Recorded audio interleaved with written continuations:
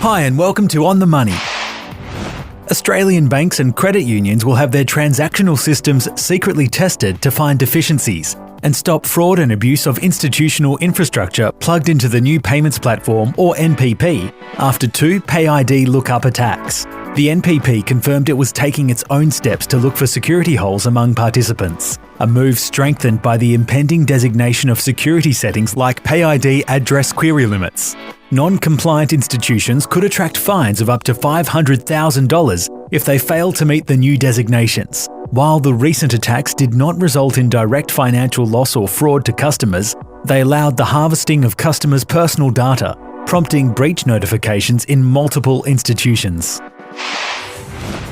A survey conducted by crypto accounting platform Blocks.io found that 95% of crypto tax experts believe their clients are incorrectly reporting taxes. Due to a lack of understanding of crypto tax rules, missing or inaccurate data, and poor record keeping, individuals and businesses could be exposed to fines. One solution is crypto tax software, but even current software solutions can present issues, according to Sharon Yip, founder of Crypto Tax Advisors. Software can't yet easily handle tens of thousands of transactions. However, experts are confident that more automated software will soon be available, along with an improved tax regulation and guidance. An accountant well versed in cryptocurrency tax may still be the best option.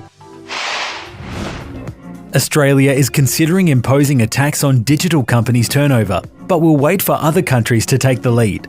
Tax experts warn that imposing taxes on Chinese and American multinational companies may cause these countries to try to collect more tax from Australia's mining corporations.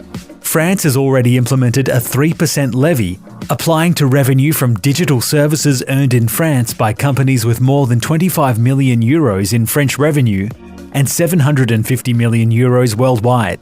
Facebook, Amazon and Google have indicated this law may hamper economic growth and pass costs onto users. Treasurer Josh Frydenberg told ABC News the government would wait for a multilateral plan on taxing the digital economy, being led by the OECD and the G20, before introducing any measures.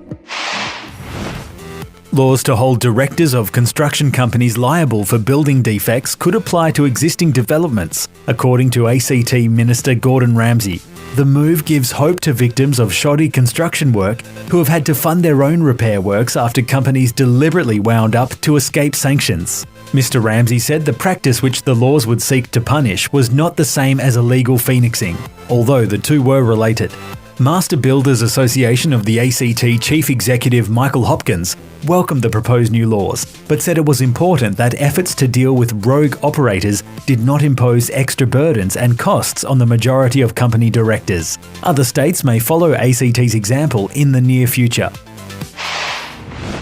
In 2018, the average Australian scored 51% on a financial consciousness quiz developed by Deloitte Access Economics. This year, the score slipped to 49%. Over 3,000 individuals were asked questions about interest rates, savings and investment strategies. Those with higher incomes scored higher, with those earning over $220,000 per year scoring an average of 60%, and those earning less than $40,000 per year scoring an average of 43%. In 2019, only 5% of respondents received a score over 70%.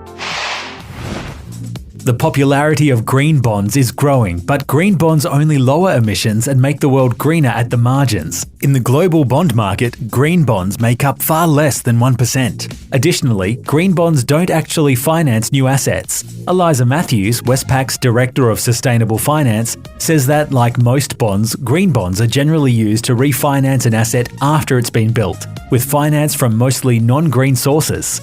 Green bonds also are often sold at a premium price, yet sell at a similar yield to conventional bonds. Green pricing seems to be due to the fact that the green label has its own market value. Policing of the greenness of green bonds in Australia are some of the world's best, and this rigour is one of the reasons that Australian green bonds have done so well. Overseas investors believe they'll get genuinely green spending. If you're sending money overseas and exchanging currency, using a big bank could cost you. The ACCC is calling for the major banks and other currency exchange providers to be more transparent about the cost of changing money and display all fees up front, not just the exchange rate. The ACCC estimates that between 2017 and 2018, customers who used ANZ, CBA, NAB or Westpac to transfer money into US dollars and British pounds could have collectively saved around $150 million if they had used the lowest cost provider instead. Part of the reason people end up paying too much is the difficulty involved in comparing prices. The bank or conversion service that offers the cheapest exchange rate could end up costing more once fees are added in. The ACCC is also warning that comparison sites may not be independent and has developed an online guide to comparing prices. That wraps up this episode of On the Money. If you'd like further information about these or other accounting issues, we welcome your call or email. See you next time.